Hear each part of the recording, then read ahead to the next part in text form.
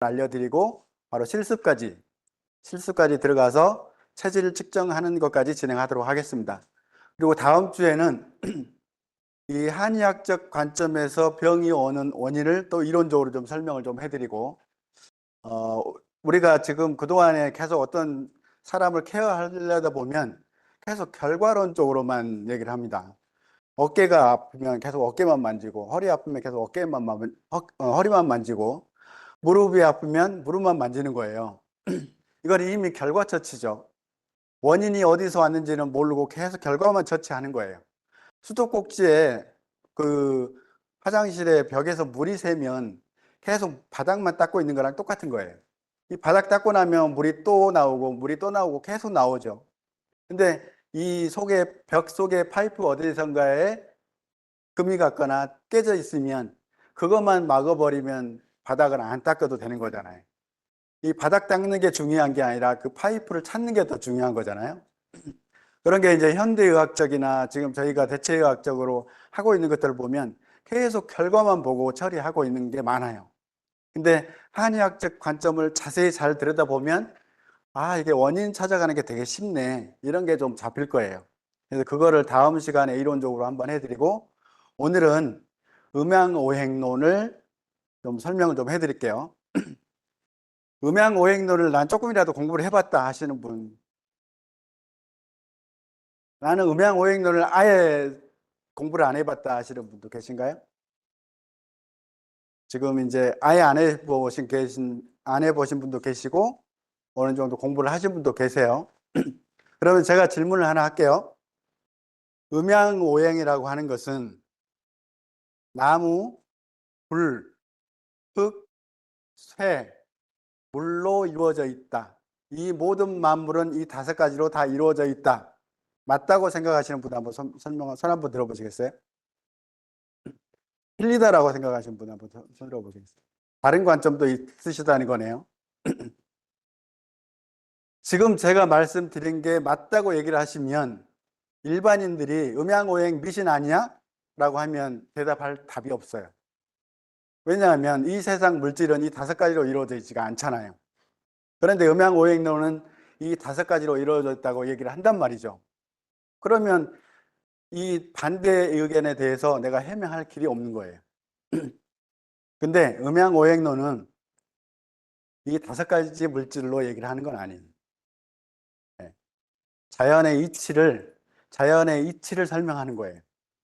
자연의 이치를 설명하는 건데, 그거를 제가 완벽하게 설명을 한번 해드릴게요. 음양오행이라고 하는 거는요, 우리가 생명체가 자라나는 가장 근본적인 이유가 있잖아요. 이게 뭐라고 생각되세요?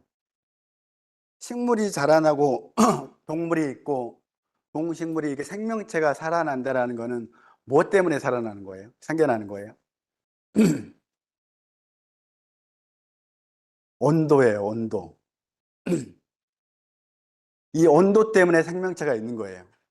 지금 우리가 살고 있는 이 온도 때문에 생명체가 살고 있는 거죠. 이 온도가 항상 일정하지는 않죠. 온도가 떨어졌다가 온도가 높아졌다가 떨어졌다 높아졌다를 반복하죠. 이 반복된 사이클이 있죠. 이 반복된 사이클이, 온도가 쭉 올라가는 사이클이 있고 온도가 쭉 내려가는 사이클이 있어요. 이게 이제 결국은 크게 보면 2가지 기운이 있는 거잖아요. 온도가 올라가는 기운이 하나가 있는 거고 온도가 내려가는 기운이 하나 있는 거네요. 그죠? 이거를 음양오행론에서는 음양이라고 표현을 한 거예요. 온도가 점점 올라가는 거를 양이라고 했고요. 온도가 점점 떨어지는 거를 음이라고 한 거예요. 그러면 우리가 실체로 보이지는 않지만 이거를 기라고 표현했어요. 동양에서는. 서양에서는 에너지라고 표현을 했고. 근데 그러면 이 기라고 하는 것이 크게 2가지가 있는 거네요. 양과 음이라는 게 2가지가 있는 거잖아요. 그러면 양이라는 거는 점점 온도가 올라가는 걸 양이라고 했고 온도가 점점 떨어지는 거를 음이라고 했어요. 근데 이게 온도가 올라가고 떨어지는 사이클이 여러 가지가 있겠죠. 하루라는 사이클도 있어요. 아침부터 저녁까지의 이 사이클도 있을 거고, 이걸 조금만 더 확장하면 1년이라는 단위도 있겠죠. 봄부터 여름까지 쭉 올라갔다가 가을, 겨울 또 떨어지는 이 큰 사이클도 있을 거고, 그리고 세포가 자라나는 사이클도 있겠죠. 아주 초단위로도 사이클이 있겠죠. 근데 우리는 하루에 기운이 움직이는 거는 구분하기가 되게 힘들어요. 그러니까 봄의 기운에 움직이는 사이클하고 여름의 1시간의 움직임의 사이클을 구분하기가 쉽지는 않아요. 근데 1년의 사이클은 우리가 구분하기가 되게 쉽죠. 왜냐하면 피부에 그냥 확 다가오잖아요. 봄이라는 계절, 여름이라는 계절, 가을이라는 계절, 겨울이라는 계절이라는 게 우리 피부로 확 다가오기 때문에 이거는 우리 눈에 쉽게 띄어요.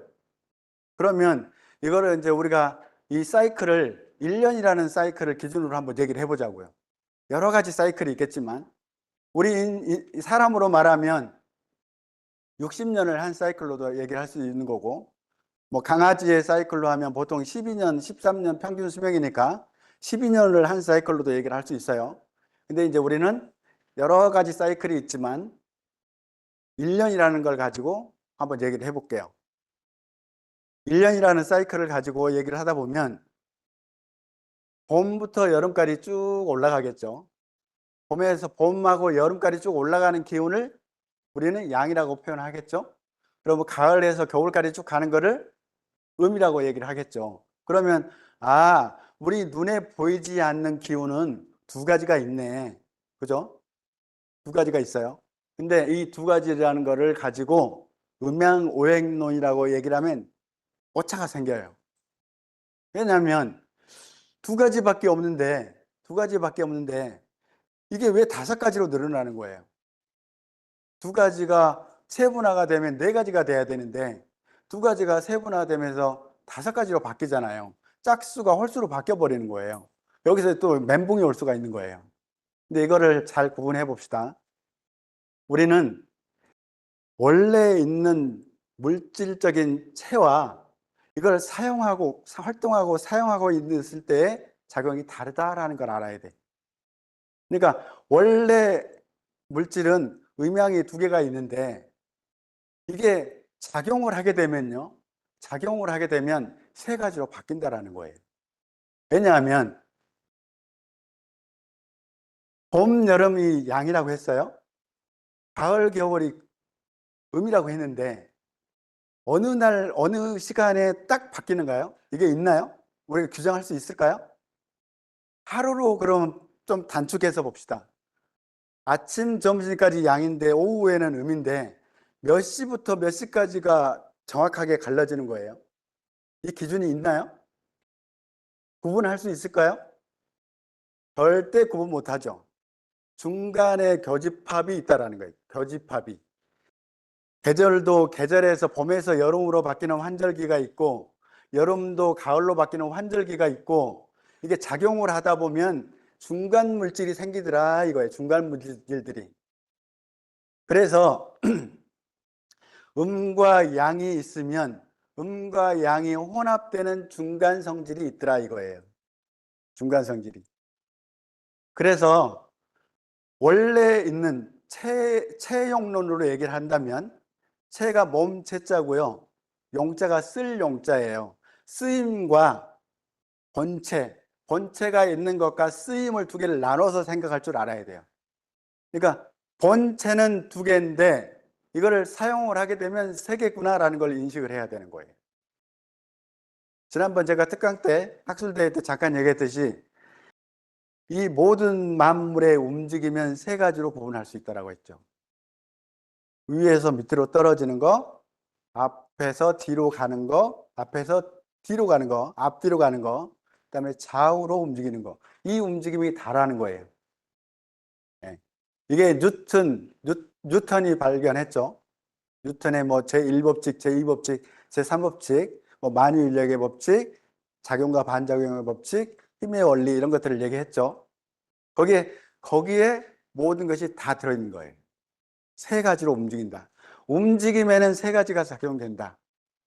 그러니까 음양이 있는데 이게 활동을 하게 되면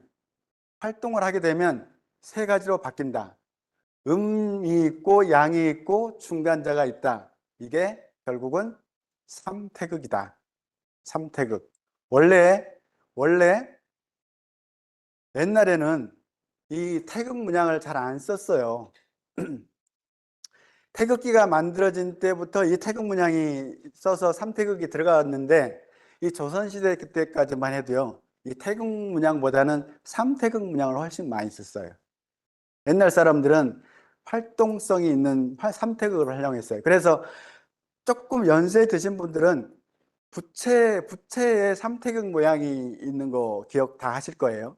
부채는 다 삼태극을 썼어요. 태극 모양을 쓴 적이 없어요. 그 다음에 조금 관심 있으신 분들은 그 향교나 서원에 가면 그 문짝 출입구에 삼태극이 있는 것도 다 보셨을 거예요. 태극 문양을 쓴 거는 근대사 이후에만 태극 문양을 썼지 옛날에는 태극 문양을 안 썼어요. 태극기도 갑자기 그냥 일본 사신사로 가면서 급조해서 만든 거잖아요. 이 태극 문양을. 그러니까 진짜의 활동성은 삼태극이다. 이 세 가지에 중점을 둬야 된다는 거예요. 우리 치료하는 몸도요, 세 가지만 치료하면 됩니다. 이게 앞뒤로 문제가 있냐, 좌우로 문제가 있냐, 상하로 문제가 있냐만 찾아내면 되는 거죠. 가장 기본적인 거예요. 그런데 오늘 해야 될 거는 팔체질이잖아요. 근데 이건 또 짝수네, 그죠? 뭔가 활동을 한다 그러면 홀수가 돼야 되는데 또 팔체질은 짝수네요. 음양이 있다가요, 오행으로 바뀌었다가요, 이게 8개로 나눠져요. 그러니까 이걸 공부하면 헷갈리기 시작하는 거예요. 아, 그러면 태극이 있고 음양이 있고 사상이 있고 8개로 나뉘는 거는 이거는 주역이고, 음양이 있고 오양이 있는 거는 이건 사주 볼 때 쓰는 거네. 또 이렇게 구분을 하시는 분들도 있어요. 그러면 원류가 다를까요? 음양의 논리와 8개는 별개일까요? 별개가 아니에요. 같은 거예요. 이거를 한 방에 정리를 해드릴 거예요. 그림을 보면서 좀 설명을 해드릴게요.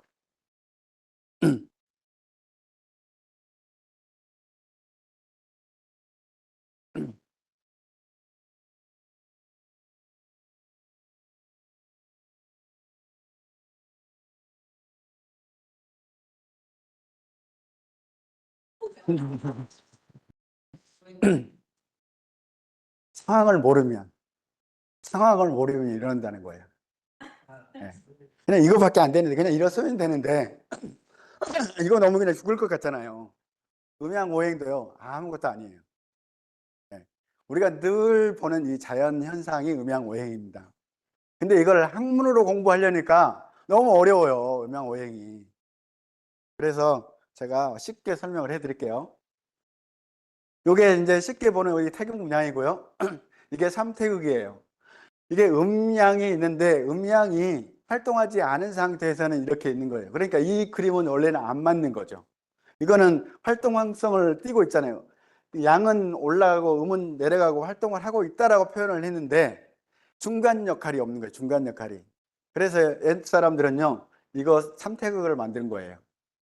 아, 음양이 있고 중간 역할이 있구나. 사람도 마찬가지죠. 남자가 있고 여자가 있으면요, 남자도 아니고 여자도 아닌 사람이 있죠. 이거 분명히 있는 거예요. 없을 수가 없는 거예요. 자연 현상인 거예요. 이걸 인정을 해야 되는 거예요. 그리고 그러면 정신적인 것도 무의식이 있고 의식이 있으면 이 중간 역할 없을까요? 중간 역할이 있어요. 신기 있는 사람들이 중간 역할인 거예요. 의식과 무의식 사이를 드나드는 사람들인 거예요. 이 사람들은. 예. 우리는 그냥 의식 속에 살고 있기 때문에 무의식은 모르는 거잖아요. 내 속에 뭐가 잠재되어 있는지 알 수가 없어요. 이미 안다는 거는 의식적으로 끌어 나와진 거고 모르는 것만 의식에 있는 거잖아요. 근데 이 중간 역할 사람들은 자기도 모르게 수시로 이 선을 넘나드는 거예요. 내 머릿속에 있는 걸 알아내는 거지. 이 사람들은.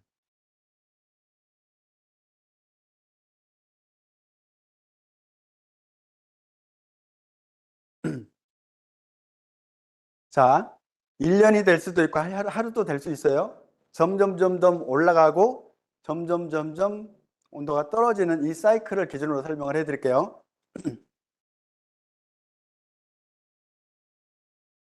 원래는 이렇게 음량은 물질로 존재를 한다고 할 때 실제로 기는 물체는 아니지만 어떤 형체가 있다라고 가정을 했을 때 움직이지 않는 상태는 이렇게 표시를 해야 맞는 거죠.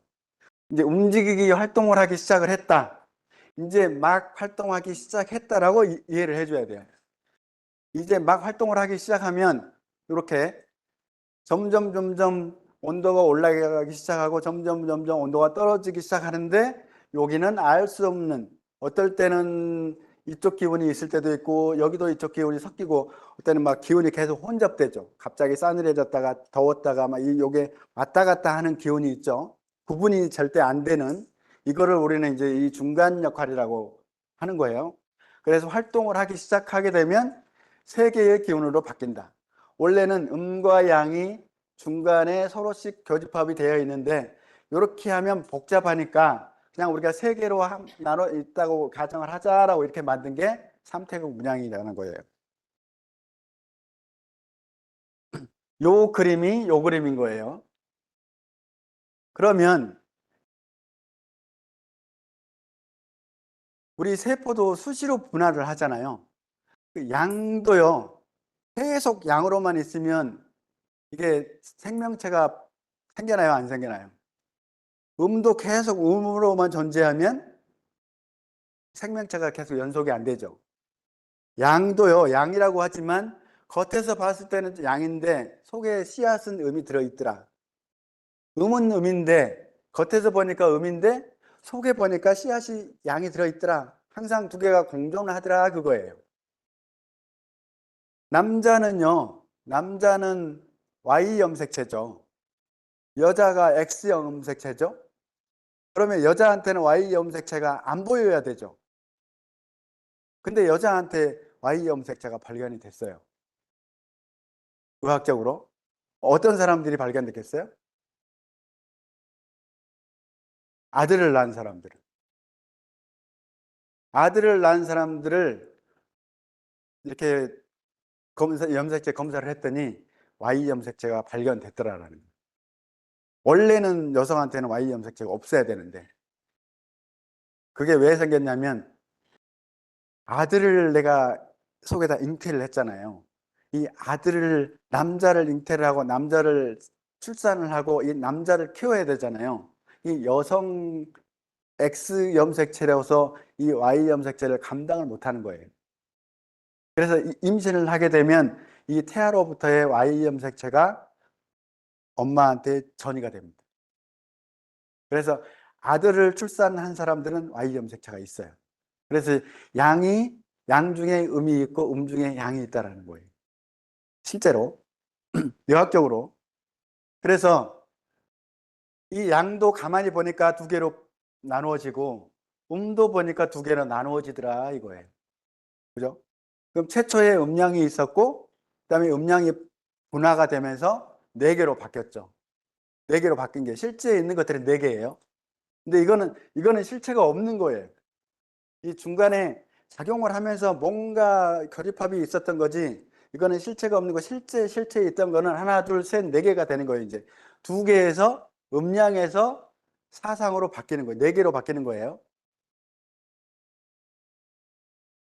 그래서 이걸 계절로 표현하면 봄, 여름, 가을, 겨울이다. 온도가 올라가는 쪽에 봄, 여름이 있고 내려가는 쪽에 가을, 겨울이 있다. 이렇게 이해를 하시면 돼요. 이렇게 음양이 나뉘어졌고 옛날 사람들은 이렇게 기호로 표현을 했어요. 글자가 없는 시대에 나왔어요. 이 이론이. 워낙 오래전에 나왔고. 그래서 그 오행도요. 목화토금수라는 이름도 나중에 붙여졌겠죠. 문자가 생겨난 때부터. 그래서 우리는 이렇게 점점 온도가 올라가고 점점 온도가 내려가는 거를 이거를 문자로 표현하는 시대가 아닐 때 이게 만들어졌다라는 거를 알고 있어야 된다는 거예요. 그러면 목이라고 하는 것이 진짜로 우리가 나무를 얘기하는 걸까? 파라고 하는 것이 진짜로 불을 얘기한 걸까? 이걸 생각해 봐야 된다는 거죠. 남자와 여자 그림이 두 개가 딱 보이면 뭐가 생각나요? 남자 여자 그림이 이렇게 딱 붙어 있으면 화장실이 생각나지 않나요? 이게 아이콘이라는 거잖아요. 그죠? 이거를 이 사람들은 아이콘으로 만든 거야. 목화토금수라는 게 글씨로 보면 안 된다라는 거지. 목화토금수를 글씨로 보면 절대 안 되는 거예요. 이걸 아이콘으로 봐야 되는 거예요. 아, 목이라는 글씨를 보면 이제 막 뭔가를 생명체가 막 시작하는 단계구나. 이걸 알아야 된단 말이에요. 화라는 글씨를 보면 이게 점점 왕성해지는 때구나. 이걸 알아야 되는 거고, 금이라는 글씨를 보면 아, 이제 자라나는 걸 끝내는구나. 자라나는 걸 끝내고 안으로 열매를 맺는 시기구나. 이걸 알아야 되고요. 수라는 글씨를 보면 이거를 저장하는 거구나. 다음 생을 위해서. 절처봉생이라는 게 있어요. 절처봉생. 생명이 끝나는 순간 새로운 생을 만난다라는 뜻이에요. 끊어질 절자, 절처, 끊어지는 곳에서 봉생, 새로운 생을 만난다. 사람이 죽는 순간 새로운 생이 태어나는 거고요. 나무가 죽는 순간 새로운 생이 태어나는 거예요. 그게 열매로 맺어진다는 거죠. 열매로. 새로운 열매가 맺어진다는 거는 그 사이클, 한 사이클의 생을 마감하고요. 다음 생의 사이클이 시작된다는 거예요. 그게 이제 음양오행의 논리라는 겁니다. 자연 현상이에요. 목이 나무가 아니다라는 걸 알아야 돼요. 화가 불이 아니다라는 걸 알아야 돼요. 근데 이 사람들은 왜 목화토금수라는 걸 글자를 따서 아이콘을 만들었냐? 봄에 가장 눈에 띄는 게 뭐예요?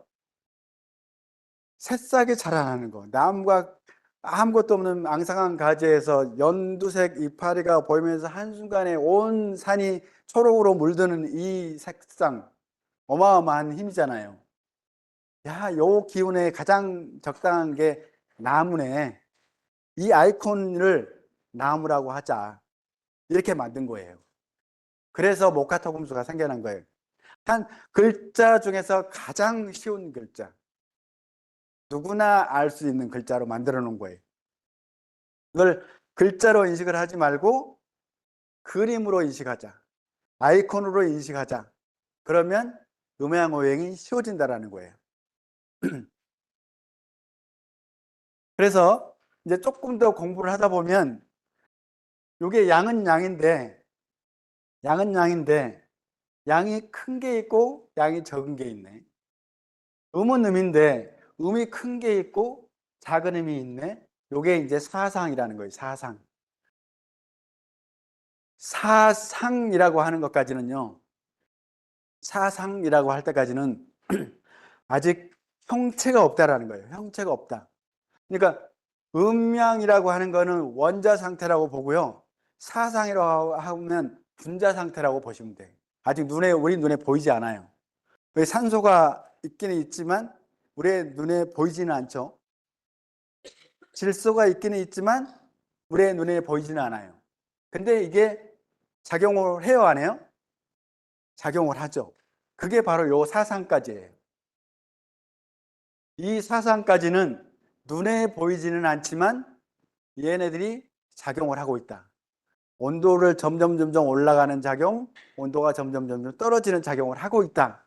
이 작용력이 있다라고 해야 되는 거예요. 작용력이 있다. 그러니까 우리는 이게 가장 기본이라고 보고 옛사람이 이재마 선생이 사상체질을 만든 거예요. 우리 몸은 작용을 하면 네 가지 형태가 나타나겠지만 기본적인 운영은 세 가지로 거의 다 이루어져 있잖아요. 이 척추 하나에 다리 두 개도 세 개죠. 상완골 하나에 요골, 척골 세 개죠. 대퇴골 하나에 경골, 비골 이렇게 세 개죠. 전두골, 두정골 세 개 연결되죠. 모든 구조가 만들어지려고 그러면 세 개로 이루어져요. 왜 세 개로 이루어지냐면 다양한 작용력을 가져야 되니까. 이 뼈가 여기 하나 있고 여기 하나 있고 여기 하나 있고 여기 하나 있으면 하나씩 구조가 되어 있으면 그냥 걸어 다니는 데는 크게 지장이 없을 거예요. 근데 방향 전환을 할 때 문제가 생겨요. 이게 하나씩 있으면. 그래서 방향 전환하고 회전을 가하기 위해서 뼈가 두 개씩, 하나와 두 개가 연결되는 거예요. 이거는 활동성을 가지기 위해서 만들어진 거라는 거죠. 활동성을 만들어야죠. 그래서 음양이 3태극으로 되는 것과 똑같습니다. 그래서 옛날 사람들은요, 아이콘으로 양을 짝대기 하나로 표현했고, 음을 짝대기 두 개로 표현을 했어요. 그래서 짝대기 두 개가 있고, 짝대기 하나에 음이 하나 있고, 여기는 음을 바탕으로 양이 하나 있고, 음을 바탕으로 음이 하나 더 있고, 이게 이제 사상이라는 거예요.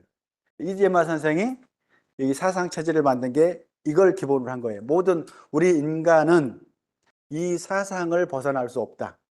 네 가지의 품질을 벗어날 수가 없다라고 해서 사상 체제를 만든 거죠. 그러니까 이제 그 음양이 있고 오행이 있고 이 사상이 조금 이해가 되시나요? 작용력을 하면 오행이고요. 원래 있는 그대로 보면 사상인 거예요. 그러니까 원래 있는 물질을 볼 거냐, 얘네들이 작용하는 거를 볼 거냐, 이게 오행으로 볼 거냐, 사상으로 볼 거냐라는 거예요.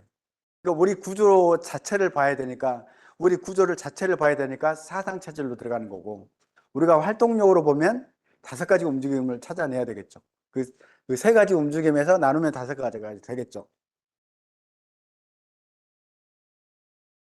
이게 이제 하나씩 더 분할을 합니다. 세포 분할을 한 번 더 하는 거예요.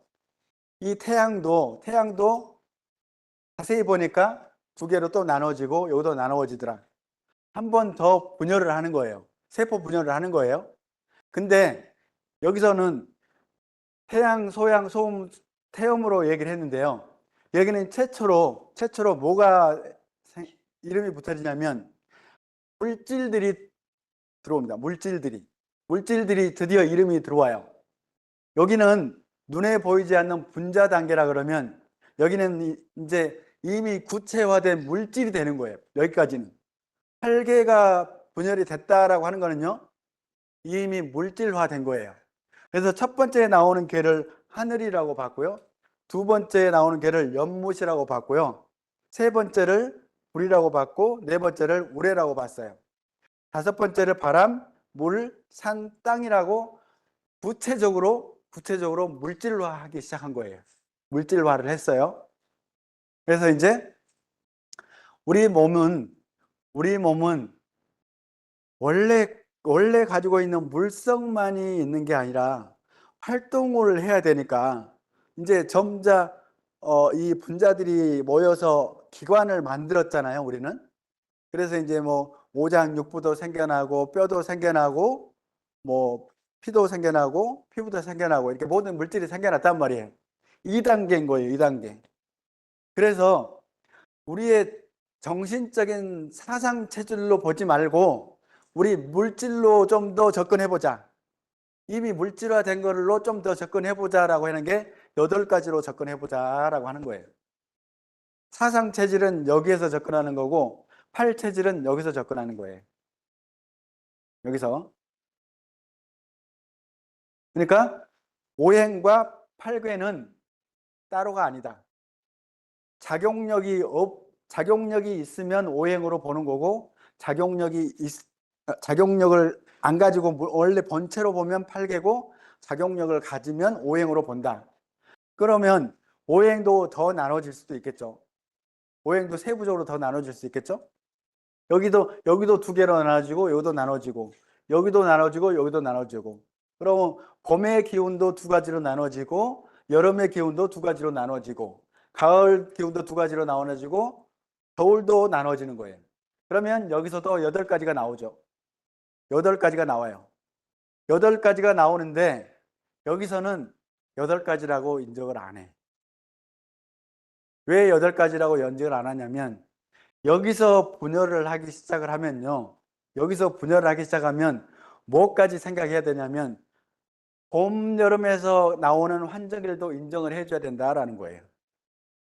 봄에서 여름으로 나누어지는 환절기도 있고 가을에서 겨울도 가는 것도 환절기가 있다. 이건 지금 작용력을 보는 거잖아요. 이쪽은 그냥 있는 그대로 물상을 보는 거고 여기는 작용력을 보는 거예요. 작용력을 보니까 여기서는 8개로 나누어지는데요. 여기서는 몇 개로 나눠지겠어요?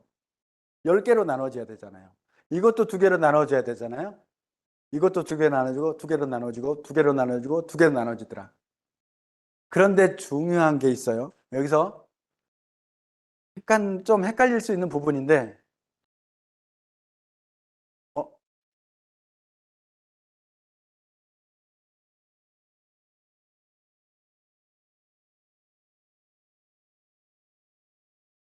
여기 환절기가 들어오기 시작을 하는 거예요. 여기 환절기가. 여기서 나누기 시작하면 이게 봄, 여름을 나누다 보니까 여기가 환절기가 들어오고 여기도 환절기가 들어오고 여기도 환절기가 들어오고 여기도 환절기가 있네. 아, 교집합이 여기서 생기네. 이렇게 생각되는 거예요. 지금까지 따라오시는데 문제 없죠? 어렵지는 않죠? 네. 어려우면 다시 한번 설명해 드릴 거예요. 요거를 이제 좀 확대해서 볼게요. 요거 잠깐 좀 무시해 놓고. 요렇게 나눠졌어요. 요렇게.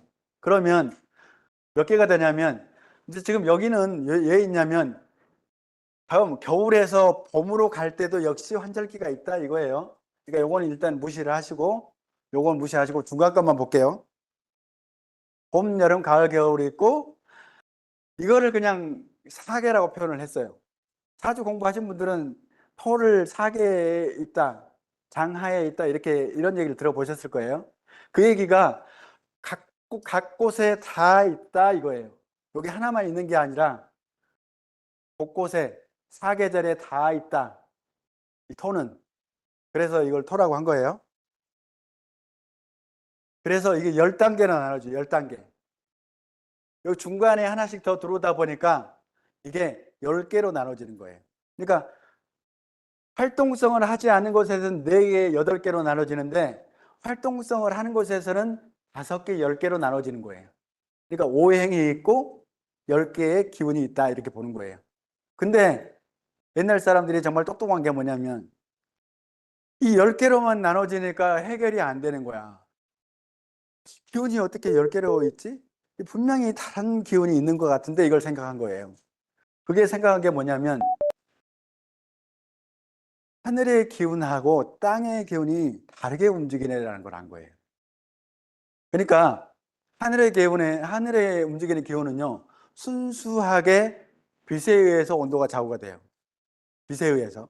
태양의 위치에 따라서 온도가 달라지는 거잖아요. 여름이 되면 태양이 이렇게 더 위로 올라오는 거고, 겨울 되면 그 태양이 더 밑으로 떨어지는 거잖아요. 그래서 직방으로 빛이 오느냐, 측면으로 빛이 오느냐에 따라서 온도 차이가 나는 거잖아요. 그게 우리는 땅을 기준으로 살고 있으니까 이 빛에 의해서 온도가 전달이 되는데 이 빛을 받은 땅이 그 온도를 머금고 있는 시간이 있는 거예요. 이 하늘에는 머금고 있는 기운이 없어요. 그냥 순수하게 빛으로만 이루어져 있는데 이 땅에서는 이 온도가 전달되면서 땅이 데펴지네. 땅이 데펴지네? 땅이 데펴지면서 이쪽 온도와 이쪽 땅의 온도가 약간 차이가 생기네라는 걸 안 거예요. 그걸 안 거예요. 그래서 밑에서는요, 요 사이에 기운이 하나 더 들어간다고 보는 거예요. 지금 여기서는 봄하고 여름에만 사이가 있었잖아요. 근데 봄에도 기운이 하나가 더 들어가네라는 걸 안 거야. 이제 구체적으로 중간에 이제 기운이 다 들어가서 요건 12단계로 움직이네. 4개. 순수하게 4개의 기운이 있고 4개가 2개로 나누면 8개잖아요. 이 4개 사이에 4개의 환절기가 있잖아요. 이 4개의 환절기가 더하니까 12개로 바뀌는 거예요. 그래서 땅에서 움직이는 온도의 변화는 땅에서 움직이는 온도의 변화는 12단계로 바뀌는구나. 이걸 안 거예요. 그래서 하늘의 기온은요, 10단계로 기온이 바뀌는 거고, 땅의 기온은 12단계로 바뀌네. 그래서 이 온도 차이가 나네? 이걸 안 거예요. 하늘의 기온과 땅의 기온이 온도차가 조금씩 생긴다는 거예요. 온도차가. 그래서 매년 봄은 반드시 오고요. 매년 겨울은 반드시 와요. 근데 작년에 봄이 왔을 때, 올해 봄에 왔을 때 그 온도가 같아요? 틀려요? 달라요. 이것 때문에 땅의 기온이 다르게 간다는 걸 안 거예요. 위에 떠 있는 기온이 땅에 있는 기온과 동시에 있다면 올해 봄 시작되는 입춘의 온도와 내년 입춘의 온도가 똑같아야 돼. 반드시 일치해야 돼요. 근데 일치하지 않다 이거예요. 일치하지 않다. 왜 일치하지가 않지? 그걸 찾아내다 보니까 땅의 기온은 이 복사열에 땅의 온도를 머금고 있는 것 때문에 온도 변화가 다르게 일어나네. 이걸 한 거라는 거죠. 옛사람들은 정말 똑똑한 거죠. 그러니까. 그래서 밑에 있는 거를 이제 여기서는요, 바불병정 무기경신이라는 아이콘을 썼어요. 이것도 아이콘이에요. 한자 중에서 가장 쉬운 한자를 끄집어내서 쓴 거예요. 근데 이 지지에는 동물 이름을 넣었어요. 왜 그랬겠어요? 하늘의 기운과 땅의 기운을 같이 그냥 목이라는 이름으로 같이 썼으면 되는데 왜 지지는 동물 이름을 썼지? 동물 중에서 이름을 따왔지? 어렵게? 왜 그랬을까요? 구체적으로 형체를 가지기 시작한 거야. 형체를 가지기 시작한 거예요. 이제 여기서부터 물질화 되기 시작한 겁니다. 그러니까 천간의 기운은 물질화 되어 있지를 않아요. 그냥 빛이에요, 빛. 근데 지지는요, 구체적으로 물질화 되기 시작을 했어요. 그래서 동물이라는 이름을 갖다 집어 넣은 거예요. 사주 공부하신 분 계십니까, 혹시? 조금 하셨나요? 지지의 작용과 천간의 작용이 다르죠? 지지의 목, 천간의 목이 다르죠? 이 오행은요, 서로 합하기도 하고요, 서로 충돌되기도 하고요, 서로 싫어하기도 하고, 서로 제재하기도 하고, 나를 치기도 해요. 이런 서로 밀고 당기고 당기고 이런 기운이 있어요. 근데 천간의 기운은 이 물체를 가지고 있지 않고 순수하게 빛이기 때문에 쉽게 합쳐집니다. 쉽게 합쳐져요. 그래서 여름에 먹구름이 쫙 끼고 비가 쏟아지면요, 금방 싸늘해져요. 온도가 급격히 떨어져요. 근데 땅이 얼어요, 안 얼어요? 여름에 우박이 떨어지죠. 여름에 우박 떨어져요. 근데 식물은 죽어요, 안 죽어요? 식물은 안 죽어요. 그 이유는 뭐냐? 땅의 온도는 변하지 않으니까. 땅의 온도는 변하지 않는다는 거예요. 그게 이 지지기운인 거예요. 동물 이름을 집어 넣는 거예요. 그러니까 천간의 기운은 둘이 합해지면 본성을 잃어버려요. 다른 기운으로 바뀌어버려요. 네. 본성을 잃어버립니다. 근데 지지기운은 둘이 합치는데 본성을 잃어요, 안 잃어요? 본성을 안 잃어요. 그게 동물 이름을 붙여놓은 이유예요. 동물들이 둘이 좋아서 합쳐진다고 해서 본성을 잃어요? 둘이 같이 좋아서 살기는 하지만 본성은 안 없어져요. 합을 하기는 하지만 본인은 그대로 있다. 이게 지지기운의 작용이에요. 이게 사주 보는데 핵심이에요. 이걸 모르면 사주를 못 봐요.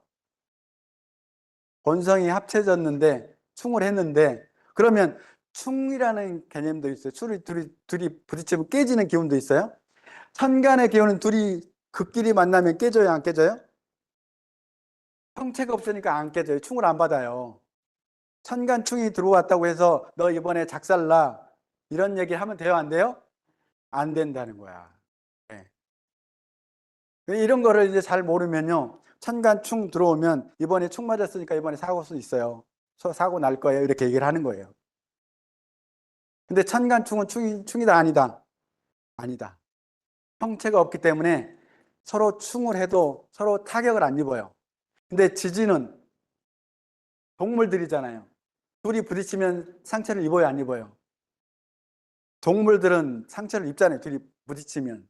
그래서 지진은 충이 무섭고 천간은 합이 무섭다. 합하면 본성을 잃어버리고 다른 노형으로 바뀌어버리는 거예요. 합과 기가 만나면 합이 되죠. 합기, 합토가 돼버리는 거예요. 합기가 만나면 목이라는 성질이 없어져 버리고 토로 바뀌어버리는 거예요. 본성이 없어져 버려요. 그러니까 이런 철저하게 자연의 원리에서 음양오행이 만들어졌고 이 기운을 그대로 사람한테 접목을 해서 사주를 보는 거예요. 그러니까 이게 미신이에요? 자연학문이에요? 자연의 원리를 사람은 이 자연의 원리 속에서 그대로 살아가고 있잖아요. 우리는 이 빛이라는 게 없으면 살아갈 수가 없습니다. 이 빛이 바로 에너지고 우리는 모든 게 빛으로 인해서 생명체가 이루어졌다고 보는 거예요. 그러니까 치료적인 부분에서 최종적인 거는 가장 좋은 방법은 빛이다. 이렇게 정의할 수도 있겠죠. 빛이 들어가면 처리가 안 되는 게 없다. 그래서 그러면 음양 오행이 어느 정도 좀 정리가 되나요? 음양과 사상과 팔괴와 천간과 십이지가 조금 구분이 되나요, 이제? 네. 이거 공부하려고 1년씩 공부하는 사람들 많아요. 이거 정리하려고.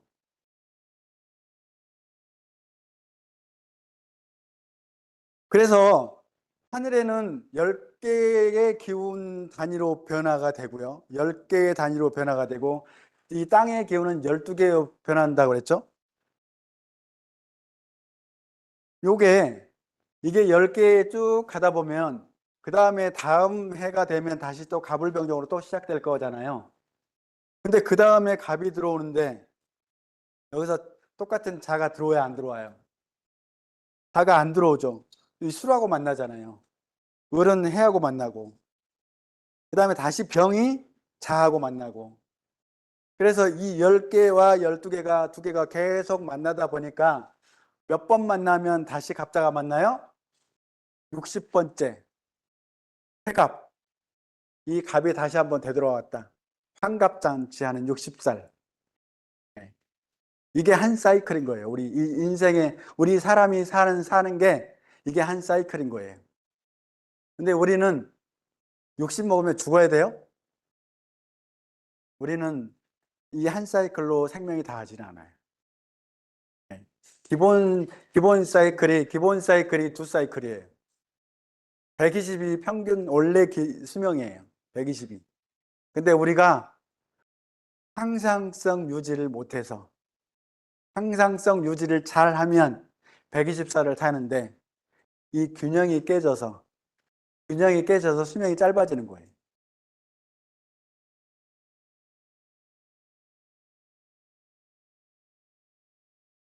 이제 옛날 서적에 어려운 말들이 있는데요. 이런 어려운 말은 지금 제가 한 얘기가 다 이게 들어 있습니다. 이거 풀어서 보면 제가 지금까지 해드린 다 그 얘기예요. 그러니까 글씨 안 보셔도 되라고. 이거 글씨 잘 보이게 하면 또 공부할까 봐. 공부하지 말라고 제가 안 보이게 해놨어요. 이게 이제 이렇게 좀 음양이 속에 존재하고 있다가 이제 외부 온도가 가해지면 열이 가해지면 활동하기 시작을 해요. 활동하기 시작해서 음양이 활동하기 시작을 합니다. 그래서 활동을 하다 보면 분열을 하게 되고 분열을 하게 되면 이렇게 점점 분화하고 세포 분열을 하게 되죠. 음양이 생겨나고 조금 전에 이제 얘기했던 걸 다시 한번 보여드리는 거예요. 이렇게 음을 기준으로 해서 음 중에서도 음양이 하나씩 이렇게 바뀌더라. 그래서 사상이라는 게 생겨났고 이거는 보지 마세요. 공부하시면 안 돼요. 네. 공부하지 말라고 안 보이게 하는 거예요. 이런 형태로 바뀌더라는 거예요. 다시 태양을 중심으로 음양이 들어오고 소양을 바탕으로 음량이 들어오고, 소음을 기준으로 음량으로 나뉘고, 태음을 기준으로 음량이 바뀐다. 이게 이제 8개가 형성된 거라는 거죠.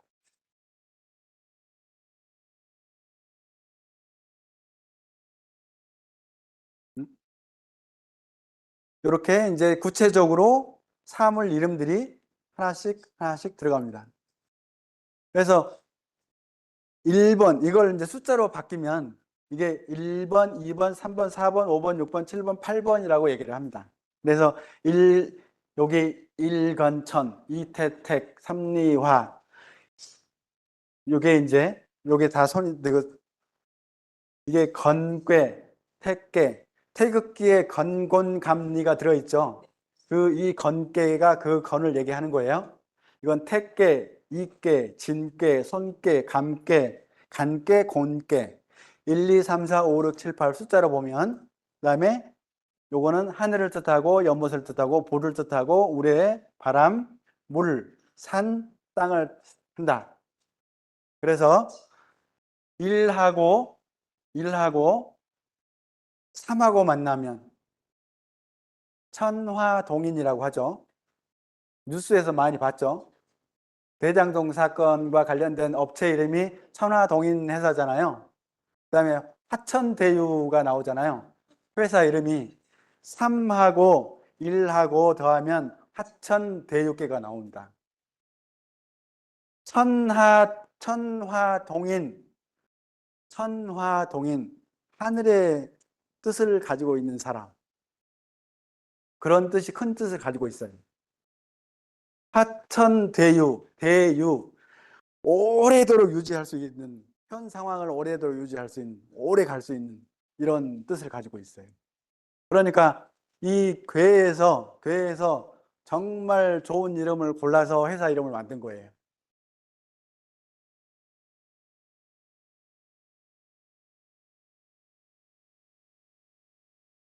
이렇게 이제 이 뜻을 가지고 상황을 이렇게 점치는 거를 주역점이라고 하는 거예요. 예를 들면 지금 시간이 몇 시죠? 10시 53분인가요?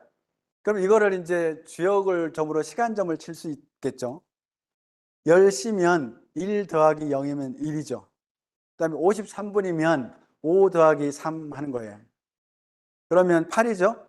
그러면 1하고 8이 만났네. 그죠? 그러면 이게 천지비계가 될 거예요. 네. 이 비자가 이제 무슨 뜻을 가지고 있는지 이렇게 이제 그 어떤 함축된, 그러니까 어떻게 표현하냐면 타로 카드는 다 아시죠? 타로 카드는 그림으로 표현을 않았잖아요. 그림 속에다가 그 의미들을 다 담아놨잖아요. 근데 이 동양에서는 이 한자에다가 그 뜻을 다 담아놓은 거예요. 천하동인, 화천대유, 천지비, 뭐 이렇게 어 활의 뭐 활의 무방 뭐 이런 형태로 택화혁계, 혁자면 이제 개혁을 한다. 뭔가 변화가 있다. 태화혁계가 나오면 너는 이제 뭔가 좀 변화를 가질 것 같은데 이렇게 이제 해석을 해주는 거예요. 이게 이제 주역점이라는 거예요. 근데 이제 이 주역점을 칠 때 동전을 던져서 할 수도 있고 시간으로 할 수도 있고 그 사람이 딱 들어오는데 옷을 보고도 할 수 있고 이게 이제 음양오행으로 세 개 분류가 되잖아요. 저 같은 경우는 이건 청색이니까 목계가 되겠죠. 이거는 이제 검정색이니까 금이 될 거고 이렇게 해서 목은 38목이고 금은 사구금이 되죠. 이렇게 해서 이제 숫자를 뽑아내서 괴로 다시 산출을 하는 거예요. 그러니까 이제 그때그때 점치는 사람에 따라서 그냥 응을 하는 거. 이 점이라는 거는 원리적으로 설명되지는 않지만 구응이 맞아 떨어질 때 효과가 극대화한다라고 했어요. 구하는 사람과 응하는 사람이 통했을 때. 그러니까 내가 상대방이 점을 치고 들어왔는데 갑자기 생각나는 거야, 그냥. 이번에는 들어오는 시간으로 할까? 이게 이제 서로 두 사람의 그 텔레파시가 통하기 시작하는 거예요. 아니면 이 사람한테 내가 동전을 할까? 아니면 산개를 뽑아서 산까지를 뽑아서 할까? 아니면 뭐 동전을 던질까? 이렇게 이제 그때그때 따라서 이 사람한테 하는 거예요. 그러면 이게 둘이 사이클이 딱 맞아떨어지면 점괘가 바로 나온다라는 거예요. 그래서 그 타로 카드도 역시 똑같은 거죠. 타로 카드도 순수한 마음으로 속으로 생각을 하고 뽑으라고 하죠. 그러면서 이제 구음을 서로 텔레파시가 통하게 만드는 단계인 거예요, 그게. 라포 형성을 하게 되는 거죠. 최소 단위고요. 원자 단위라고 볼 수 있고, 여기는 거의 그 분자 단위라고 볼 수 있고, 여기는 이제 구체적으로 물질화되는 단계가 된다. 그래서 현상을 보는 거는 여기서 본다. 구체적으로 나타나는 현상을 볼 때. 그래서 우리 체질을 볼 때 팔 체질로 보는 거는 이 기준에서 보는 거예요. 근데 뭐 16 체질도 나오고 뭐 32 체질도 나와요. 근데 요거 두 개 합치면 나오고 요거 두 개 합치면 나와서 16 체질도 되겠네. 이럴 거 아니에요. 근데 이런 분열은 없어요. 이런 분열은 안 나와요. 원래 이 다음에는 이거를 기준으로 이게 하나씩 다 붙고요. 이거를 기준으로 이게 하나씩 다 붙어서 64개로 분열을 해요. 그러니까 8단위 다음에는 64단위로 바뀌어요. 그러니까 64 체질로 할 수는 있겠죠. 근데 64 체질로 분류할 수 있을까요? 이건 불가능해요.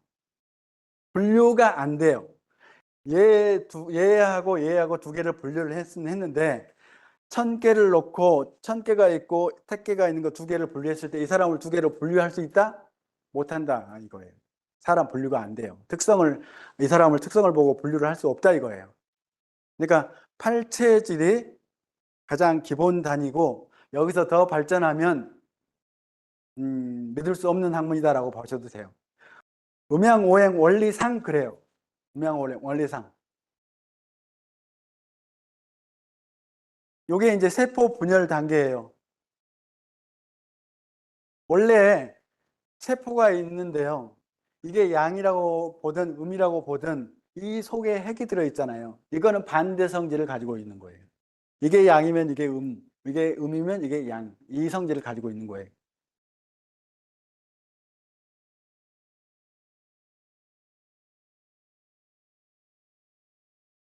이제 작용이 시작되죠. 생명력이 이제 활동이 시작되는 거예요.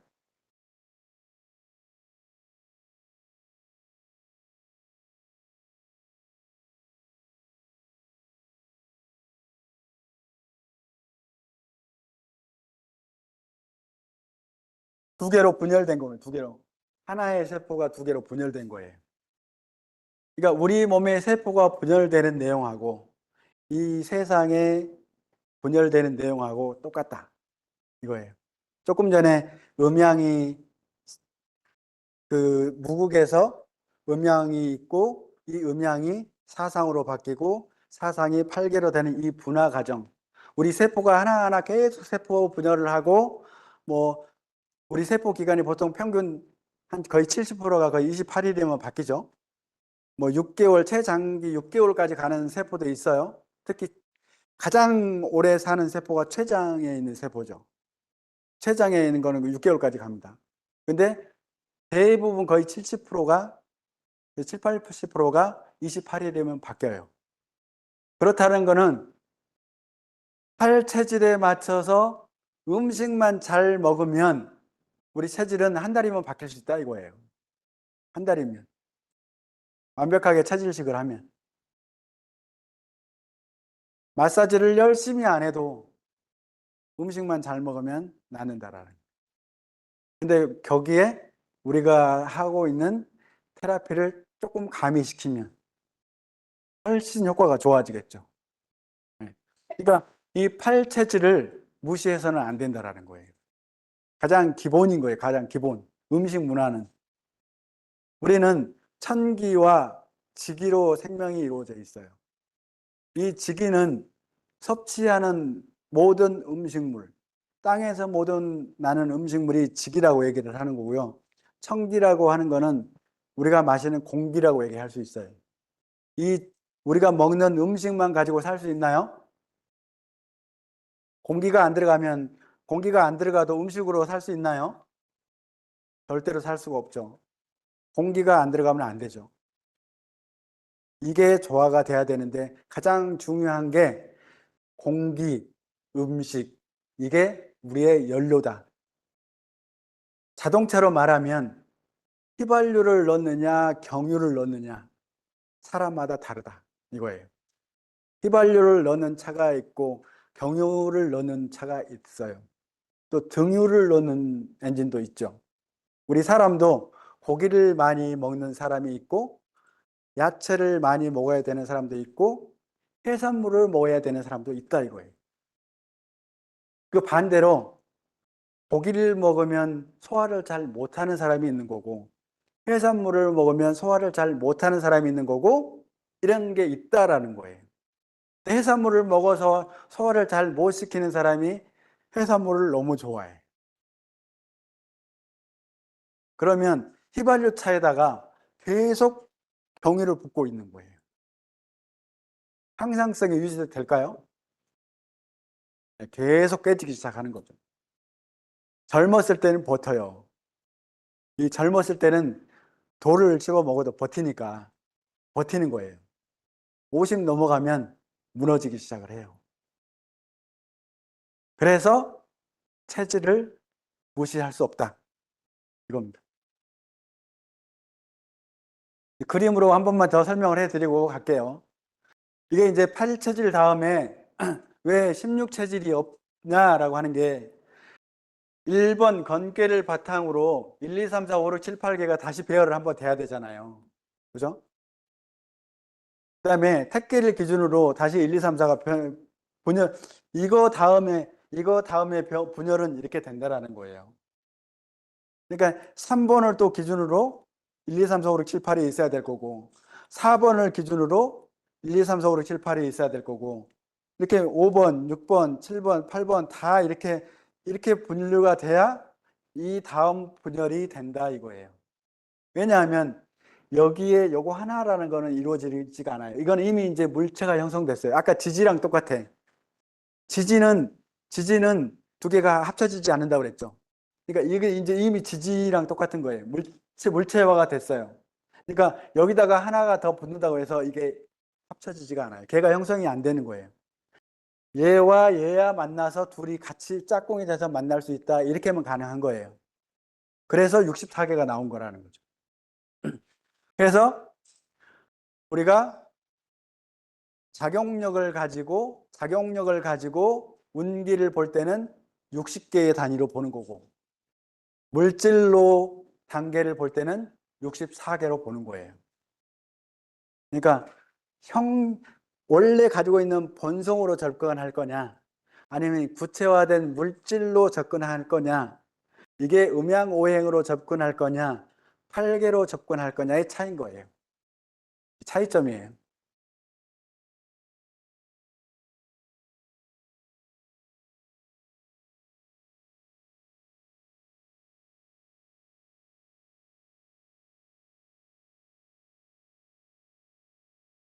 지금까지 얘기했던 내용이 이제 글씨로 이렇게 보여드리는 거예요. 이게 이제 계속 온도가 올라갔다 내려갔다 올라갔다 내려갔다 하는 거는 결국은 태양의 빛에 의해서 결정이 되는 거고 그 빛이 온도를 만들어내는 거고 그 온도가 결국은 생명체를 만들어내는 거다. 그 온도 변화를 몇 단계로 구분할 거냐 이게 음양오행이에요. 그러니까 굉장히 정밀한 거죠. 옛날에 그 컴퓨터도 없던 시절에 이 온도 변화를 이렇게 정밀하게 뽑아냈다라는 것은 정말 대단한 것 같아요. 그러니까 서양 철학이 200년 이상 지속된 서양 철학 논리가 별로 없어요.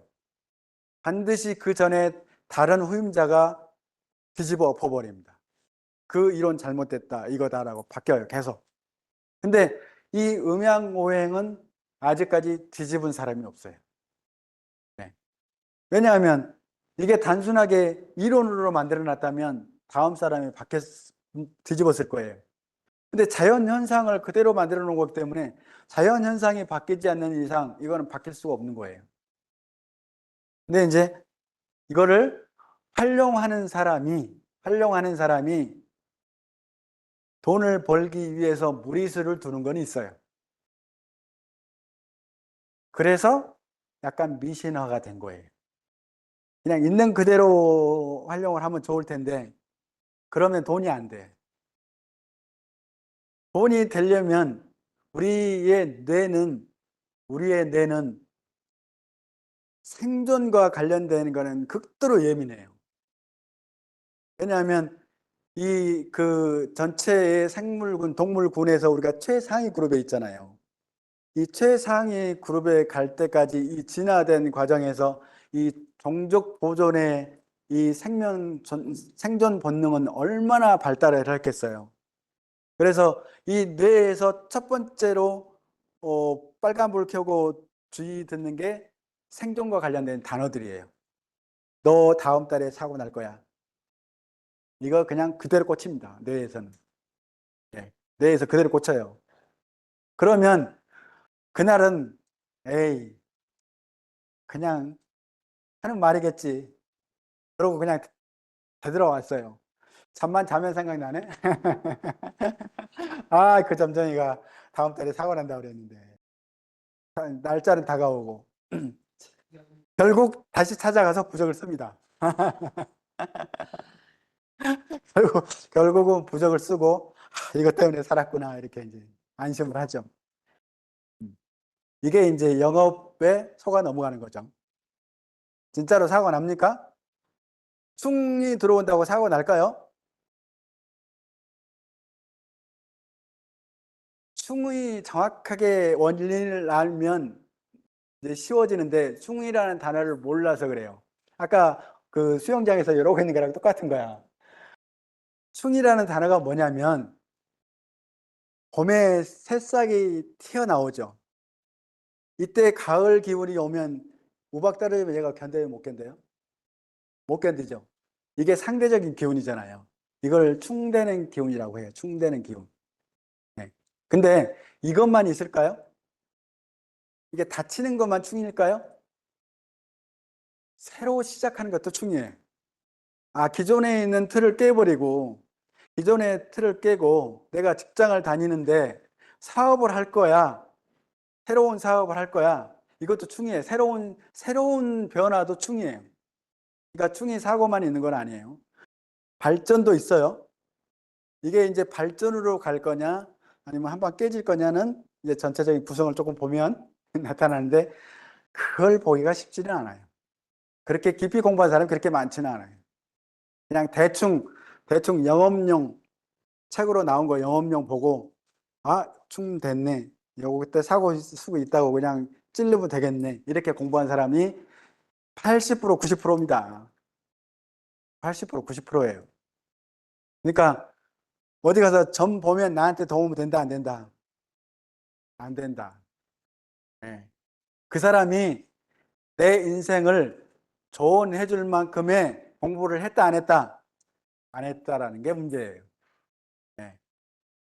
그 정도로 공부를 한 사람이면요, 그런 얘기를 안 합니다. 예. 근데 돈 벌기 위해서 얕은 공부를 해가지고 사람을 불리는 거예요. 근데 이게 이제 미신화 되는 거고, 이 음양오행의 진짜 학문이 저급화 되는 거예요. 이 온도 변화, 이 음양오행을 공부하면요, 올해 날씨가 어떻게 변화될까 이것도 공부할 수 있어요. 그게 이제 오운육기라는 이론으로 별도로 있어요. 한의사들은 그런 것까지 다 공부를 합니다. 왜냐하면 올해 기운이 어떻게 바뀌었으니까 이 온도에 지장을 받는 사람들은 어떤 장기가 쉽게 망가지겠네 이게 나오잖아요. 그래서 올해에는 이런 환자들이 많이 오겠구나 이렇게 예상을 할 수 있어요. 올해는 비가 많이 오겠네. 비가 많이 오면 습이 많죠? 습으로 인한 병이 많이 생기겠죠. 그러면 이 사람들은 건조하게 해주는 약을 더 많이 써야 되겠네. 이렇게 약을 짓기 때문에 오운육기를 공부하는 거예요. 그러니까 음양오행을 공부하면 다양한 분야에 많이 알 수 있어요. 그거를 빗대서 이제 한 나라의 부분까지 이렇게 좀 보기도 하는데, 좀 그거는 조금 오버가 되는 것 같고, 이제 사람의 흐름도 태어나는 게 봄의 기운을 많이 태어나는 사람은 봄의 기질을 많이 가지고 태어났을 거 아니에요. 그러면 이 사람은 조신하게 있는 걸 좋아할까요? 빨빨대고 뭔가를 일을 저질러 다니는 걸 좋아할까요? 봄의 기운을 많이 가지고 있는 사람은 벌리는 일을 잘해요. 예. 추진력 대단하고, 예. 이 사람한테 일 맡겨놓으면 정말 잘하는데 뒤처리가 안 되네. 벌릴 줄만 아네. 원래 그 사람이 그 기운을 많이 타고 태어난 거예요. 그러면 이 사람하고 짝꿍을 누구한테 잡아줘야 돼요? 가을 기운을 많이 태어난 사람은 겨울 기운을 태어난 사람을 붙여줘야 되겠죠. 가을 기운을 가지고 태어난 사람은 해가 가을을 또 주관하잖아요. 이 공기는 칼같이 엄격해야 돼요. 공기가 우리는 5분만 숨 안 쉬어도 그냥 즉사예요. 네. 음식은 열을 안 먹어도 살잖아요. 일부러 단식도 하니까. 그래서 이 토의 기운은요, 너그러워, 그냥. 부드러워네. 근데 이 금의 기운을 가지고 있는 사람은요, 칼 같습니다. 맺고 끊음이. 한순간 끝나기 때문에 그걸 정말 잘 지켜요. 그러니까 끊고 맺는 거를 잘한다.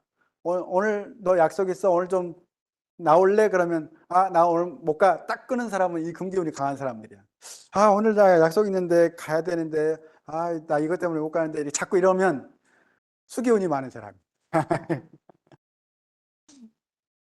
그래서 태어나는 기질도 이 기운에 따라서 이런 기질들이 있는데, 그러면 봄 기운에 태어난 사람은 장부로는 무슨 장부가 강할 것 같아요? 간담이 강하겠죠. 간담이 강해요. 그럼 간담이 강한 사람은 상대적으로 이게 치고 들어가는 금 기운이 약하잖아요. 금국목이 되잖아요. 그러면 간 기운이 강한 사람은 폐 기운이 당연히 약하겠죠. 그죠? 그래서 이제 요 간 기운이 강한 사람들은 또 이렇게 장부로 이렇게 연결이 되는 거예요. 그래서 체질을 알아야 된다, 몰라야 된다.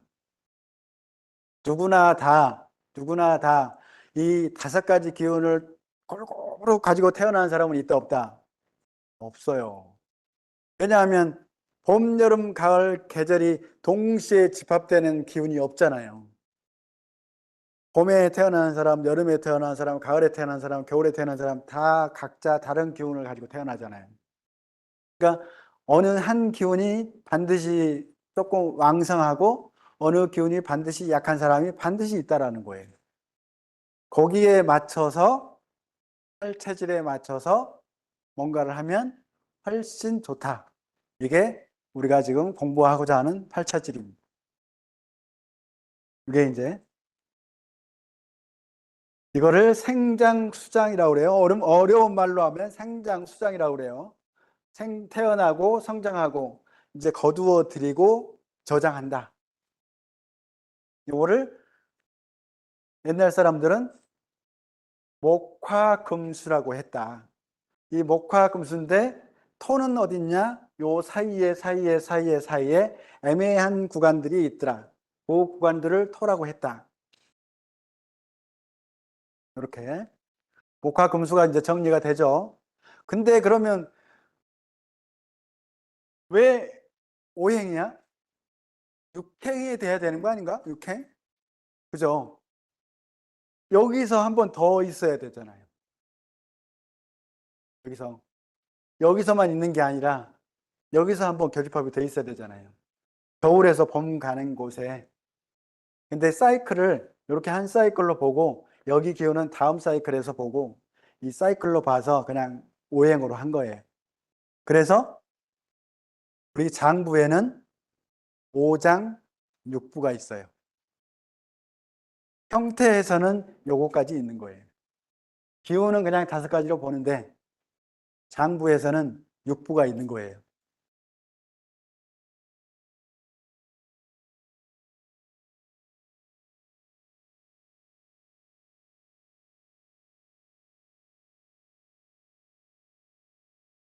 이렇게 이제 천간 기운이 5개에서 10개로 분화가 됐고요. 가불병정 무기경신이가 있고, 땅에서도 요거 2개를 있고, 목화, 금수가 있고, 토는 여기서 바로 나오는 게 아니라 이 사이사이에 토가 다 있다 이거죠. 토가 중간중간에 다 있더라. 그래서 12단계로 바뀌더라. 모든 사이클은, 모든 사이클은, 모든 생명체는 12단계로 바뀌더라. 요게 1년을 12달로 나누는 거고, 하루를 12시간으로 나누는 이유예요. 이렇게 이제 12단계로 나눠져 있죠.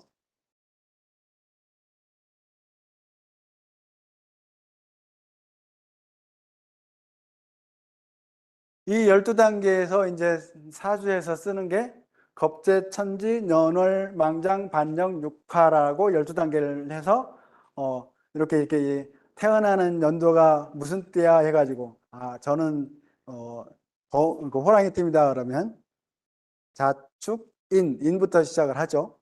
그래서 뭐 4월 달이면 하나, 둘, 셋, 넷 이렇게 나가서 겁재, 천지, 년월, 망장, 반영, 육화 이렇게 쭉 셉니다. 그래서 이제 사주를 선천운은 어떻고 중년운은 어떻고 말년운은 어떻고 총운은 어떻다 이렇게 보는 게 당사주예요. 당사주. 이 가끔 이렇게 손가락 찝는 거 있죠. 이게 당사주예요. 근데 이제 또 이 명리학에서는 이렇게 단순하게 보지 않고 이 사주 태어난 그 강약을 비교를 합니다. 아까 천간 기운은 합해서 없어지고 지지 기운은 합쳐지지 않는다. 이것까지 계산해 가지고 이 세력을 판별을 해요. 그래서 이 사람은 어떤 기운을 강하게 태어났구나. 그러면 이 사람은 어떨 때 잘 나가겠네. 이렇게 이제 운이 흐름이 나오겠죠. 이게 이제 60갑자가 나오는 원리고요. 전체적인 사이클 12운성도 여기서 나타났고 12신살도 나타났고 12운성은 풍수 볼 때 방향 전할 때 방향 볼 때 포태 양생 욕대 관왕 세병 사묘 이 방향에 따라서 어느 방향이 좋고 어느 방향이 안 좋다 이렇게 보는 거죠. 모든 거를 이 12개의 사이클로 다 파별합니다. 이게 이제 주역해죠.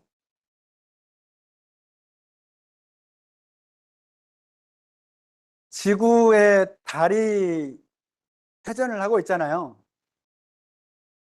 근데 지구가 태양을 중심으로 지구도 가고 있잖아요.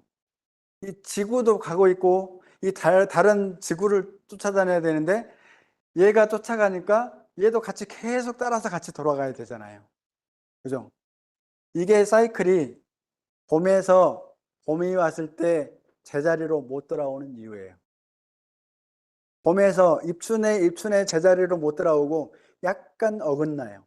약간 기운이 달라. 그 다음에 또 달라. 그 다음에 또 달라. 그 다음에 또 달라. 계속 다르게 가다가 60번째 오면 2개가 딱 맞아 떨어지는 거예요. 이 60년을 한 사이클로 보는 거예요. 그래서. 여기 이제 지구 달을 이렇게 돌고 있는 거죠.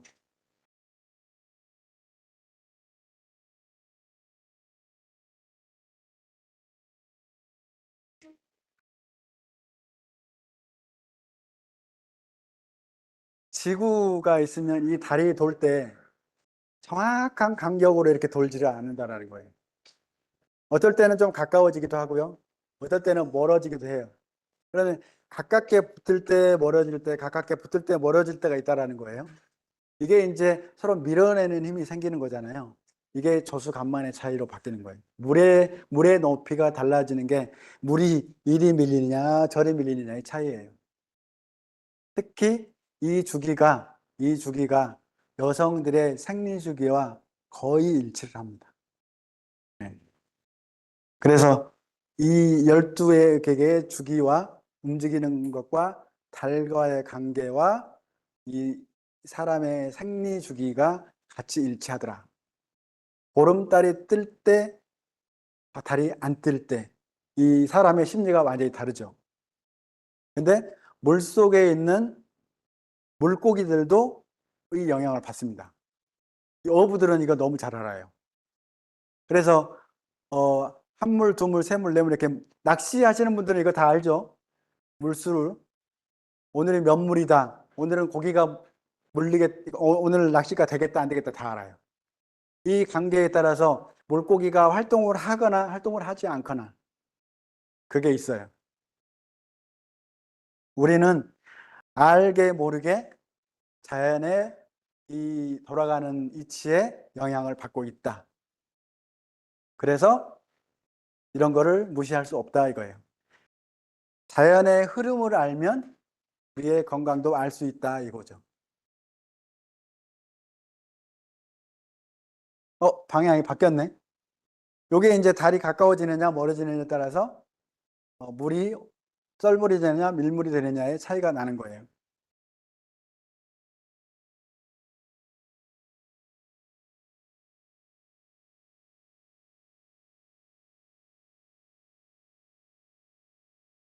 여기까지 시간이 너무 많이 지난 것 같아요. 어떻게 여기까지 하고 조금 쉬었다가 이제 팔체질 이제 측정하는 방법이랑 실습 바로 들어가도록 할게요. 네. 근데 지루하나요? 괜찮나요? 네. 좀 이제 음양 오행 좀 이해가 좀 됐죠? 네.